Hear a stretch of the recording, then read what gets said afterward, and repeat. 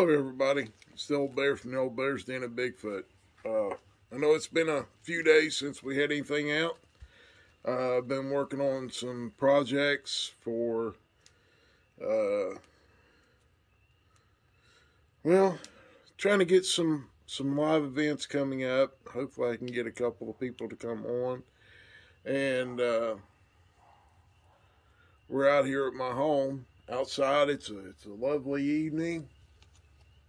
There's some stars out. It's pretty warm. It's been warm here today. It was up in the 80s or the high 70s, somewhere close to that. So I figured we'd come outside, and since we ain't got no snow, I'm tired of snow, if you couldn't tell. But I figured having an account here, I got my beautiful Mrs. Bear sitting behind the camera, of course. And we're going to bring you an account that is a little strange. So I'm going to turn it over to...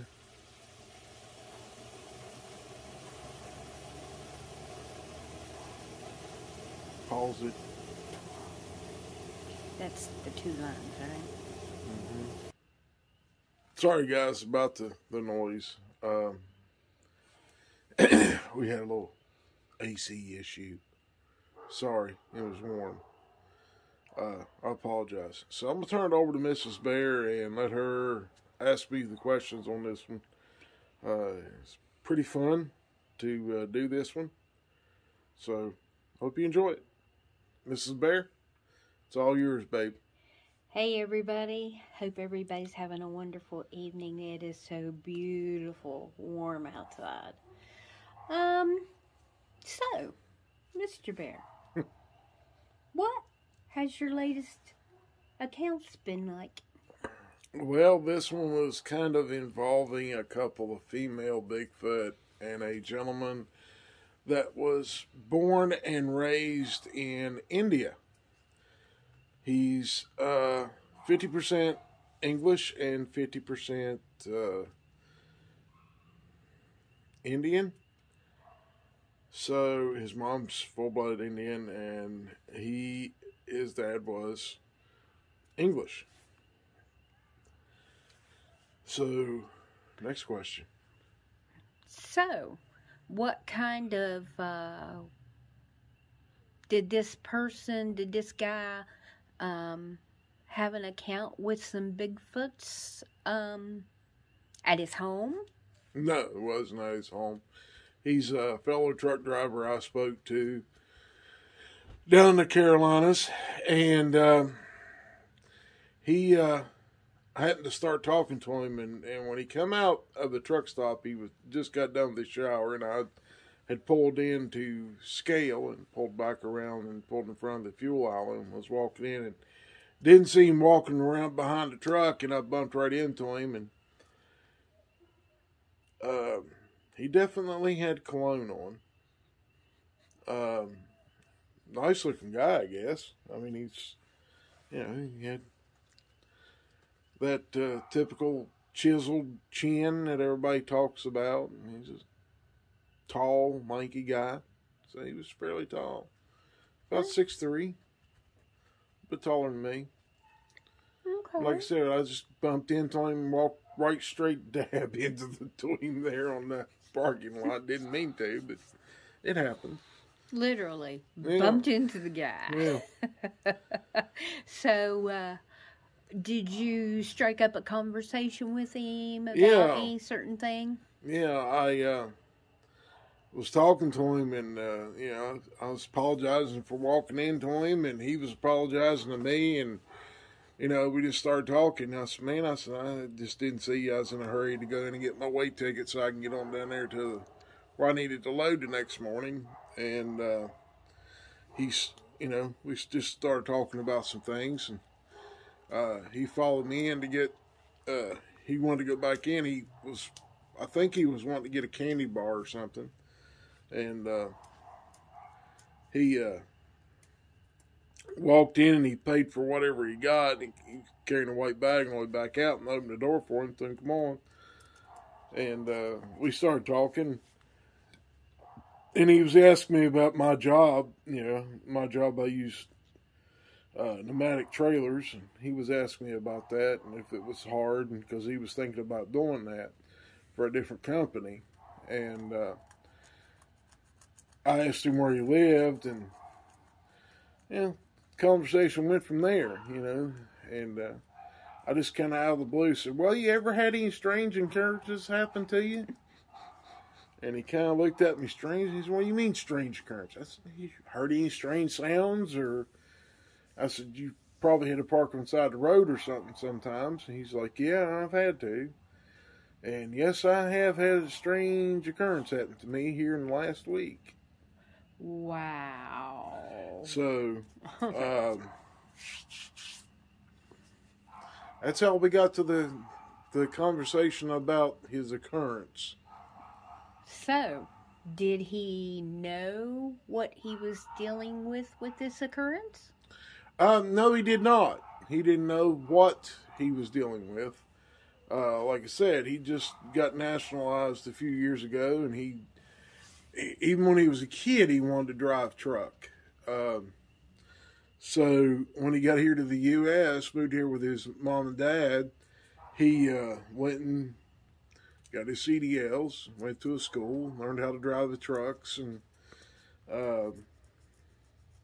he's been doing it for about 8.5 years now. I think that's what he told me. I bet he's seen all kinds of stuff. That's a possibility. You see a lot when you're out there. Does he go like all over the country? Yeah.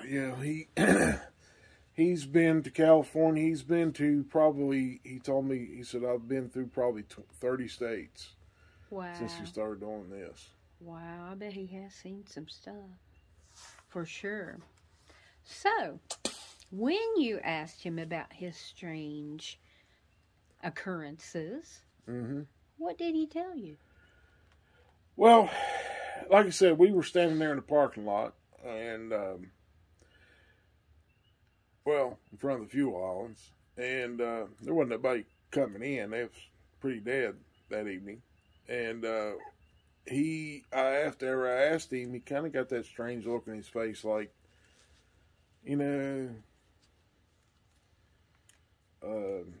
should I tell him or should I not tell him? I said, "Look, man," I said, "I've been doing this for 20 plus years. I've seen about everything." I said, "So, what, have you seen something? Have you heard something?" He said, "Well, this happened last Sunday, and this has been a week and a half ago, almost 2 weeks now. And like I said, I've been real busy, and I'm sorry, but it kind of happens."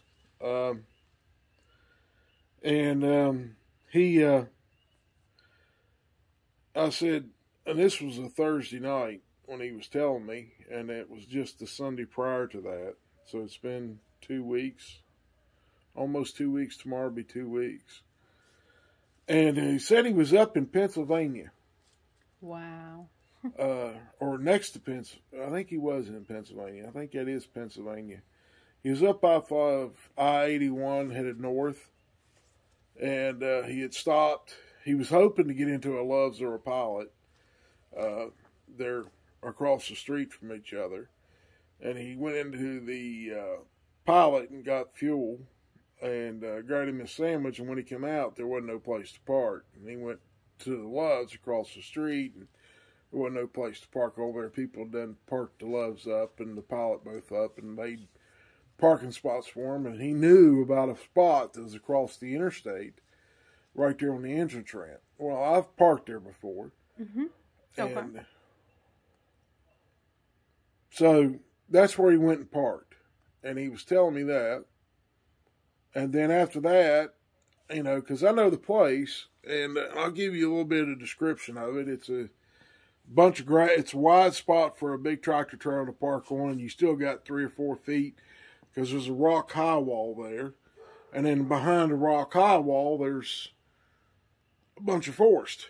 Wow. And there's a road that goes out through there, but it goes around halfway around the hill. It don't go on top. It goes around the hill. And he was parked there. He said he got there probably about 8 o'clock. Was it dark at that? Yeah, Okay. it was dark. He said he parked there when it was dark. There's just enough room for a full-size, 53-foot box trailer and a tractor to park there. You can actually get 2 trucks there if you squeeze them in tight. But he was there by himself, and so he just parked there because he was out of time. He was close on his 14-hour clock. So is it kind of out away from people? Yeah, that's how the interstate. I don't remember ever seeing a house anywhere close to it. And after a certain time on a Sunday, there's hardly any traffic coming from that side of the interstate. It's usually traffic that's going up and down the interstate. It's all you ever hear. Wow. And it's pretty peaceful. Peaceful? Okay. And it's peaceful. When I stayed there, it was peaceful. They just don't, they don't bother everybody. But, I think there were some extenuating circumstances, the reason they were coming down there, bogging him. Oh. So he had some visitors, or? Well, it kind of happened because he was in a reefer truck, and he had a reefer trailer, which is a refrigerated trailer, and he was carrying food up into Pennsylvania, and he stopped there, and he said he got, he was in his truck the whole time except for when he finally got out. But he said he fixed his dinner. Now he fixed or heated up a traditional Indian dish that his mom had made and sent with him. And it was filled with herbs and, a lot of stuff. It had a lot of spices and stuff in it. They fix, semi-spicy food. So he ate that. Said he was sitting there in the cab, and he was watching something either on his phone or on his laptop or tablet or something. I don't remember what it was. I think it was his tablet. He was watching something either from YouTube or something else.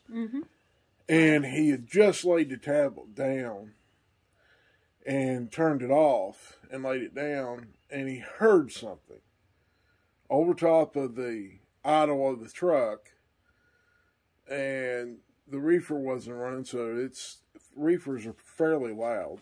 What kind of sound was it?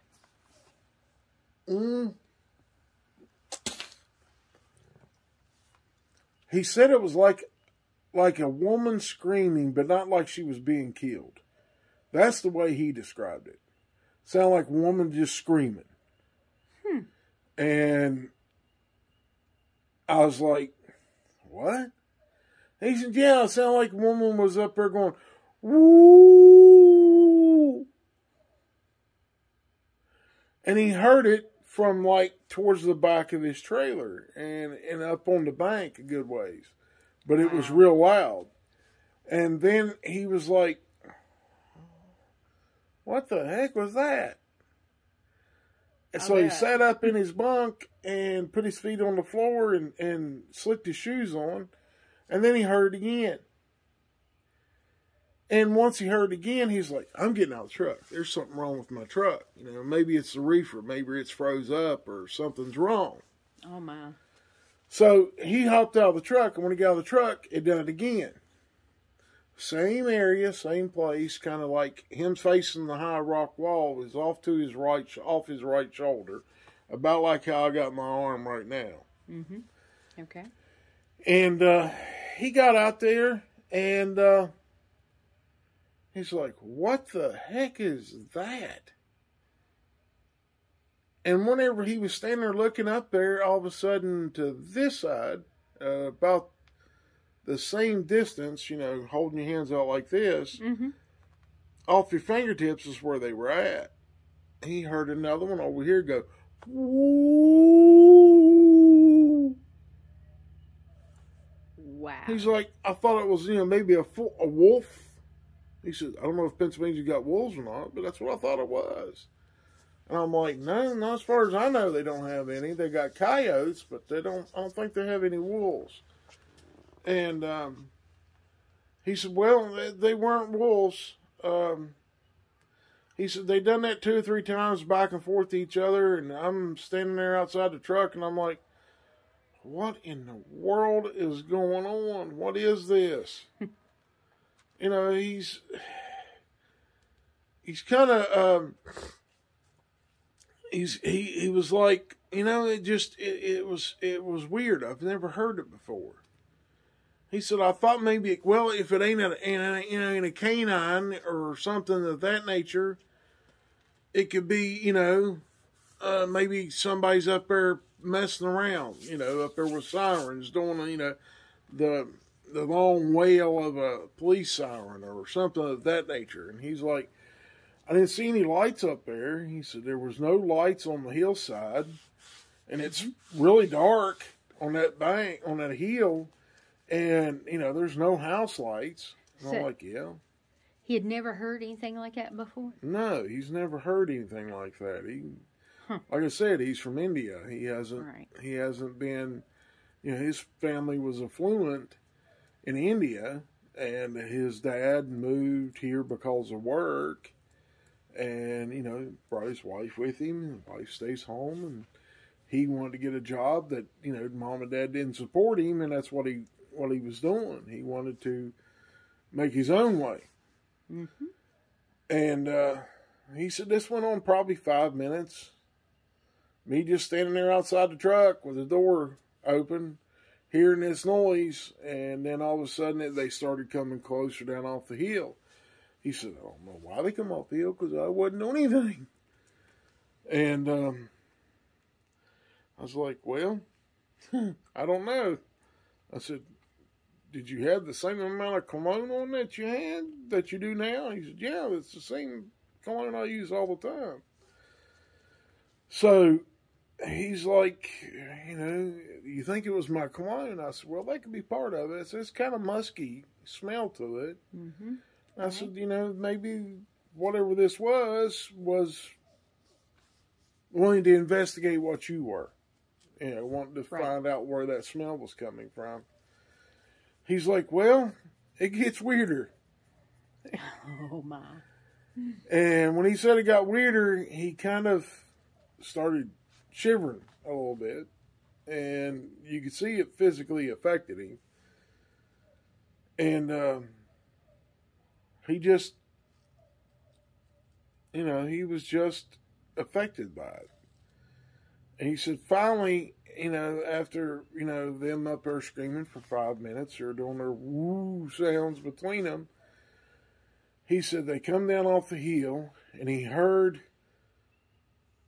one right back there at the back of his trailer, and it was closest. Then all of a sudden he heard thump and the crunch of gravel. Wow. Because there's a lot of gravel right there, and I mean, it's pretty thick through there, so it had to jump down on top of the gravel off that 6 or 8 foot high wall. That'd have to be something pretty big. And he said it took his attention to the back of the trailer, and he kind of jerked and looked, and he said that I was looking back through there, and there's a light that's across the interstate that is lit up on that other side on the exit ramp and the entrance ramp. And it shows a little bit of light. Plus, he had the lights on his truck on. Okay. You know, so nobody would hit him while he was sitting there parked there. Right. And he's like, you ain't going to believe what I saw. I said, well, tell me what went on. He said, well, this thing came walking up to where I could see it in the lights on the back of the trailer, and the light from across the interstate. He said, you know how bright that light is? I said, yeah, it shows all the way across and leaves a shadow on the high wall if you're parked there. He's like, yeah. And he's just like, this thing was probably a few inches taller than me. A shaggy, hair-covered brown thing. 6'6", 6'7", something like that. And I looked at him and went, shaggy hair? He said, yeah, shaggy hair. I said, well, those things are called Bigfoot. And he said, I don't know what they're called, but I don't want to see another one. Oh, my. I said, so what happened next? And he kind of looked at me and he said, well, I was focused on this one on the back, and it walked up to the back of the trailer, and I could see it had breasts. Not breasts hanging down here, but breasts that were here. And he said, I kind of got fixated on this creature, and I wasn't paying a lot of attention, and then I heard footsteps coming from the front, up in front of the truck. Now, he's standing away from the truck, 3 or 4 feet from the truck, and the door's open. He's standing there just outside the swing of the door. Okay. And he's got a big cab, you know, one of them big Kenworths. And he was looking at it, and he said, I heard the foot crunching on the rock, and I turned around, and I'm looking, and this one's standing. And he said, I would look down here to make sure where this one was at, and it was just standing there near the back of the trailer, bathed in the light. And he said, finally, this one come into front of the truck where he could see it, because the lights on the front of the truck are white when you're parked, when you got the brake pulled. And it's fairly lights things up in front of the truck. He said, dagnabbit, if it wasn't the same darn thing walking in front of the truck, they looked the same. Same size, breasts, everything. He said they both looked the same color, brownish colored hair, and he's like, now I'm getting scared. He said, it's not a good situation. Think they were twins? I would say they probably were. Because the way he described them, 6'6", 6'7", each of them were the same height. Looked like they weighed the same. 300-400 pounds, maybe 500 pounds apiece, because they were, fairly good sized females. I don't think they were very old. Okay. Because their breasts ain't full and sagging. How that happens. I don't think they had children. And he just kind of is like.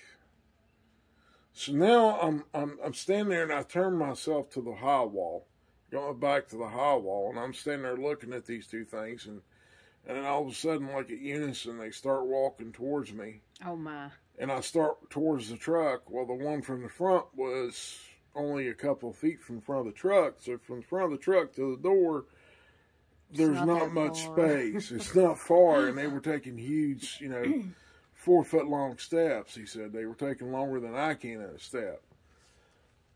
And he just kind of was like, what am I going to do? So he took off at a sprint. Now, he had tennis shoes on and just a pair of sweatpants or some kind of a night pant and a hoodie coat that you zip up. Well, it wasn't closed. And he said, I'd stopped earlier that day and took a shower and had the same cologne on. And I was like, well, I think they was either coming after the reefer or coming after you. I said, depending on how long it was between the time that you ate your dinner, I said, I know that y'all use a lot of curry and stuff like that in your traditional food. And he was like, yeah, but I don't know. I don't think it was that. Well, then it has to be your cologne. They were smelling your cologne. You think it was a combination? It could possibly be. He didn't, it's kind of hard to process something like that happening to you. And once he kind of took a couple big steps towards the passenger door, while the other one was right there at the front wheel. By the time he'd got in the truck, she could have grabbed him. So he Yeah. diverted from the passenger door and left it open and dove underneath the trailer. Well, both of them had moved in on him, and the one closest to him grabbed a hold of his coat, and once she grabbed the coat that he had on, had a little hood on it, and the hood got stuck on because he dove underneath right there where the landing gear's at. Right. Somehow or another, he got stuck on the landing gear. Oh, my. The hood taut. Oh. And it stopped him, and he had done pulled his arms in and was pulling the sleeve off to get it off because he was trying to get out of there. He didn't want to. No doubt. He didn't want to deal with these things. And evidently one of them grabbed the hold of the coat right there where the hood was caught and started to pull it. And when it pulled it off from him because the other one had just pulled his arm around and it pulled his arm out of the coat. So he rolled the rest of the way over, got out there on the driver's side, and when he ran up to the driver's door, because they were still on the passenger side, and they were starting towards the rear of the truck, he could hear their footsteps going towards the back. And when he grabbed a hold of the driver's door, it was locked. Oh, He'd already locked his driver's door. Yeah. So now the only option he's got is to run around because he didn't have the key in his pocket because he was dressed for the night. Right. And he ran around and got in front of the truck. And right at that time, for his luck, a car come across the interstate and went up that road or started down, went down the entrance ramp to get back on the interstate. Passed him. And went by that driver's side of the truck. And he was standing in front. And when that happened, he had done inched around to where the passenger side, you could see down the passenger side, and they were standing there, back there to the back of the tractor or the trailer. Oh, okay. And he was waiting for him because he knew the door was open. It wasn't shut. He didn't shut the door. And he could see the door, and he pushed the door enough just to where it didn't latch. It just shut. So at that point, he was like,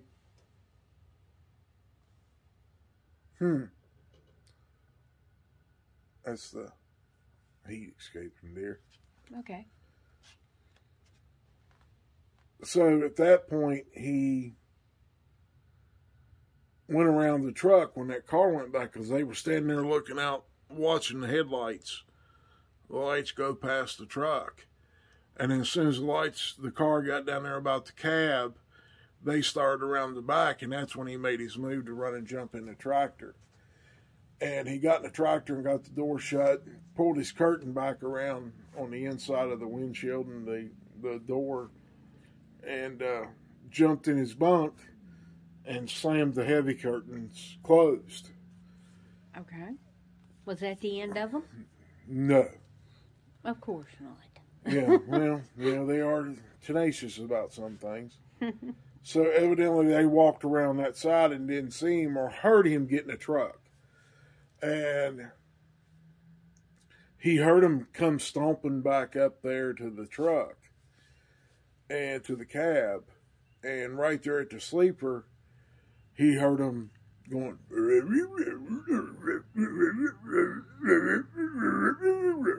Whoa. They were evidently communicating to each other or arguing about something. And Where'd he go? Then he heard his coat being ripped apart. So they ripped his coat apart, and I guess they were arguing over the coat because his cologne His scent was on there, yeah. Oh my. And at that point, he was like, "This ain't gonna be good. Them things are big enough to get through this cab." And he's balled up in the corner, in the middle of the sleeper, balled up, going, "Oh, I'm gonna die. I'm gonna die." And he was scared, and I understand that. Yes.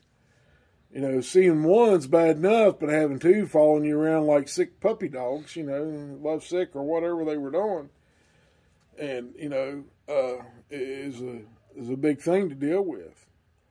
Right. And he said, you know what? He said, then I heard him going out there going, coo, coo, coo. Both of them were doing it. Cooing? Cooing. Wow. Said it sounded like two doves, but a lot deeper than a dove. You know, the turtle doves will coo at each other. Mm-hmm. Right. He said that's what they were doing. So I looked at him and I said, kind of jokingly, I said, well, I guess they wanted to have some fun. He's like, I don't want to have fun with those.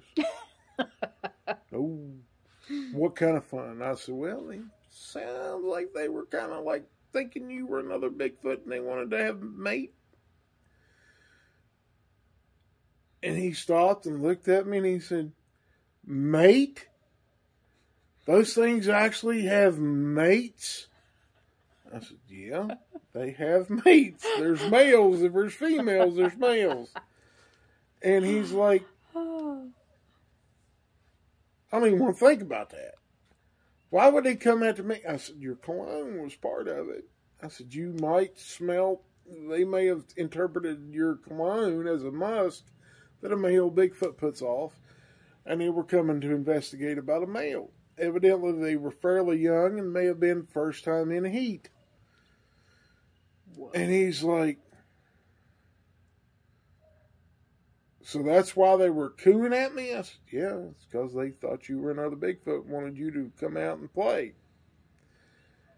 And he said, they stood out there probably 20 minutes, half an hour at the most, just going, coo, coo, coo. I bet that was creepy.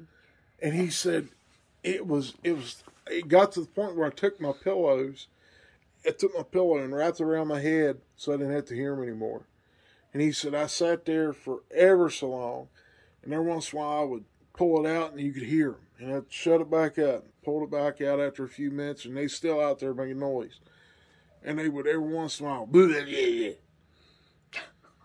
And he would shut it back over his ears so he couldn't hear them. And it's kind of hard. It's hard to laugh about something like that, but it is kind of funny. Yes. And he said, I guess it was probably 30 minutes before I finally pulled my thing out and I could hear them walking off, and finally the sounds of their footsteps trailed off. And he said, I think part of it was because the refrigerator on the trailer kicked on, and I think that bothered them. They didn't like all that big sound. And because those things are pretty loud. And I said, yeah, I know they're pretty loud. He's like, man, I don't know. He said, and you call them Bigfoots? I said, no, they're Bigfoot. They call them that. They were given that name, that slang term, because of the size of their feet.